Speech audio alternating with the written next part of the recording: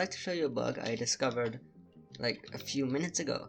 So basically, if you go on top of a stone wall, and it probably works with fences too, and then you right click with an aspect of the end here, you actually teleport inside the block. So I'd like to explain real quick why that actually happens. Basically, the aspect of the end, as you know, teleports you 8 blocks forwards, but it checks if there's any blocks in the way. If there are any, it'll teleport you as far as it can, and then say there are blocks in the way, as you can see there.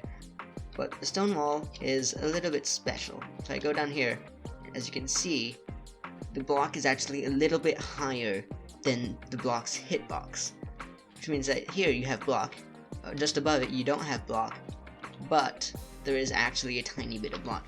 So when I do this, I'm going to teleport it to the bottom of said block, and then after the bottom of my feet and the top of the stone wall are going to be in the same place basically, and so gravity is going to do its thing, and I'm going to fall through it, as you can see here, because it thinks I'm teleporting onto air, so it actually lets me do the movement, but turns out there's a block there, and so I fall through.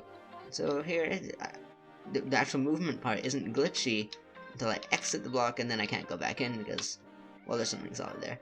So it's an interesting bug, and sure, it's not game breaking, but I think it's mainly just interesting because it shows what creates the bugs.